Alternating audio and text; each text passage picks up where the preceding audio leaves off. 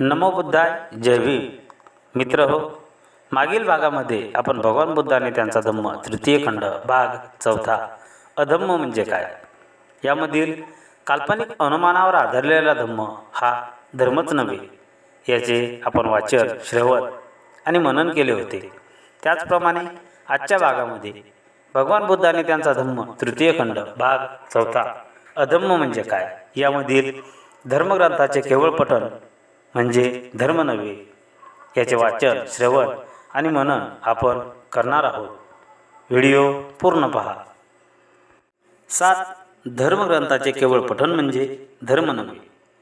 ब्राह्मण विद्येवर भर देत असत. त्यांच्यामध्ये विद्या हाच प्रारंभ, विद्या हाच अंत. विद्येव्यतिरिक्त दुसऱ्या गोष्टींचा विचार त्यांच्या मते अनावश्यक होता. उलट पक्षी भगवान बुद्ध हा सर्वांना शिक्षण असावे या मताचा होता. मनुष्य आपल्या विद्येचा उपयोग कसा करतो यालाच तो केवळ विद्येपेक्षा अधिक महत्त्व देतो. आणि म्हणूनच जो विद्वान आहे त्याच्या ठिकाणी शीलही असले पाहिजे, कारण शीलरहित विद्या नाशकारक आहे. विद्या आणि शील यापैकी शीलाचे महत्त्व कसे अधिक आहे हे भगवान बुद्धाने भिक्खू पटिसेनाला जे सांगितले त्यावरून स्पष्ट होते. प्राचीन काळी जेव्हा भगवान बुद्ध श्रावस्तीत राहत होता त्यावेळी तेथे स्वभावाने तिरकट आणि मठ्ठ, ज्याला एक गाथाही कधी पाठ करता आली नाही असा पटिसेन नावाचा म्हातारा भिक्खू होता. म्हणून भगवान बुद्धाने पास्य हरताना पटिसेनाला प्रतिदिनी शिक्षण द्यावे अशी आज्ञा केली. परंतु 3 वर्षानंतरही पटिसेनाला एकही गाथा पाठ म्हणता येईना. तेव्हा जनपदातील सर्व भिक्खू भिक्खुनी, उपासक आणि उपासिका पटिसेनाचे हे अज्ञान पाहून त्याचा उपहास करू लागले. भगवान बुद्धाला त्याची दया आली. त्यांनी पटिसेनाला आपल्या जवळ बोलाविले आणि सौम्यपणे त्यांच्या पुढील गाथा म्हटली. जो राखून बोलतो, विचारांचा संयम करतो, जो आपल्या देहाने दुसऱ्याला उपद्रव करीत नाही असा मनुष्य निब्बाण मिळू शकतो. तथागताने दाखवलेल्या सद्भावनेने प्रेरित झाल्यामुळे त्याचे अंतःकरण प्रफुल्ल झाले. त्याने ती गाथा पाठ म्हणून दाखविली. तेव्हा भगवान बुद्धाने पुन्हा त्यास उद्देशून म्हटले, वृद्ध मनुष्या, आता तुला फक्त एकच गाथा पाठ म्हणता येते. हे जेव्हा लोकांना कळेल तेव्हा तुझा उपवास करू लागतील. म्हणून मी तुला त्या गाथेचा अर्थ समजावून सांगतो आणि तू तो नीट कान देऊ नये.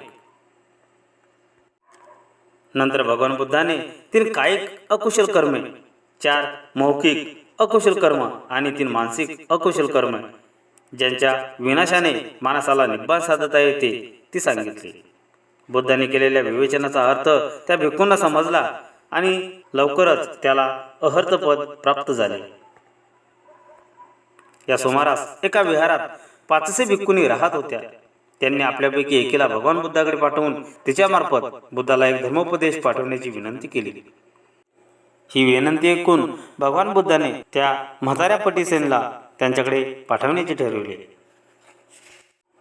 या व्यवस्थेची वार्ता त्या भिक्खुनीच्या कानी येताच त्या सर्व हसू लागल्या आणि म्हाताऱ्या भिक्खूसमोर गाथांचे पठण उलटे म्हणजे शेवटच्या अक्षरापासून करून त्यांनी त्याला गोंधळात टाकण्याचे आणि लज्जित करण्याचे ठरविले. नंतर दुसऱ्या दिवशी सकाळी सर्व लहान थोर भिक्खुनी पटिसेन येताच त्याला नमस्कार करण्यासाठी पुढे गेल्या. नमस्कार करीत असता त्या एकमेकीकडे पाहून मिश्किलपणे हसत होत्या. खाली बसल्यावर त्यांनी त्या भिक्खूंकडे अन्न ठेवले. पटिसेनाने भोजन करून हात आणि तोंड धुतल्यावर त्या भिक्खुनींनी त्याला प्रवचनाला प्रारंभ करण्यास विनंती केली. तेव्हा तो वृद्ध भिक्षू व्यासपीठावर जाऊन बसला आणि म्हणाला, भगिनींनो, माझी बुद्धी अल्प आहे, माझे शिक्षण अल्प आहे. मला फक्त एकच गाथा येते. ती म्हणून दाखवून तिचा अर्थ मी तुम्हाला सांगेन. सावधान चित्ताने ऐका आणि त्याचा अर्थ समजून घ्या. तेव्हा भिक्खुनींनी ही गाथा शेवटच्या अक्षरापासून उलटू म्हणण्याचा प्रयत्न केला, परंतु आश्चर्य हे की त्यांना तोंडसुद्धा उघडता येईना. लज्जित होऊन दुःखाने त्यांनी आपल्या मानाखाली घातल्या. पटिसेनाने ती गाथा म्हटली आणि भगवान बुद्धांनी जशी त्याला स्पष्ट करून सांगितली होती त्याचप्रमाणे त्या गाथेचा अर्थ विशद केला. त्या सर्व भिक्खुनी त्याचे प्रवचन ऐकताच आश्चर्यचकित झाल्या. एकाग्र चित्ताने आणि प्रमुदित मनाने त्यांनी ते प्रवचन ग्रहण केले आणि त्या अहर्त झाल्या आणि त्यांना अहर्तपद प्राप्त झाले. दुसऱ्या दिवशी प्रसेनजित राजाने भगवान बुद्धाला आणि त्याच्या भिक्खू संघाला आदरातिथ्यासाठी आमंत्रण दिले.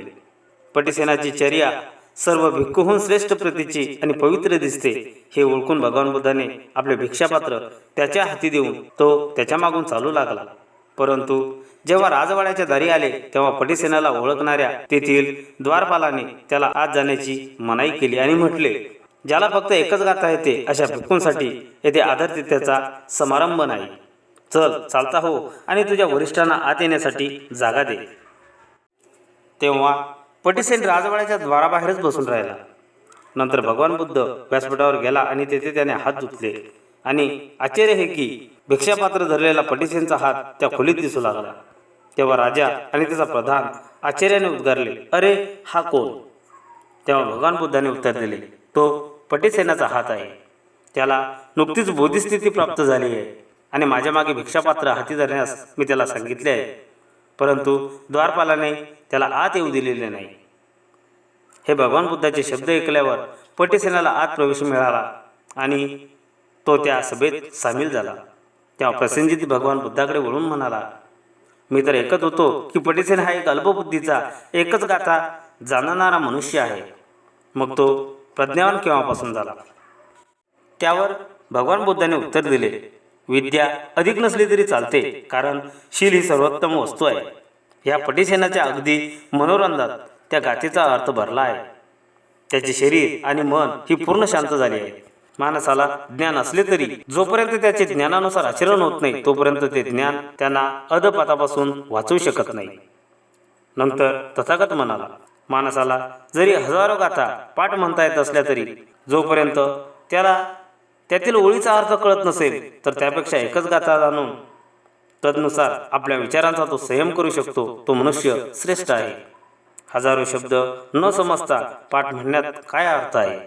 ऐकलेले शब्द समजावून त्याच्याप्रमाणे आचरण करणे म्हणजे आपल्या मोक्षाचा मार्ग चोखाळण्यासारखे आहे.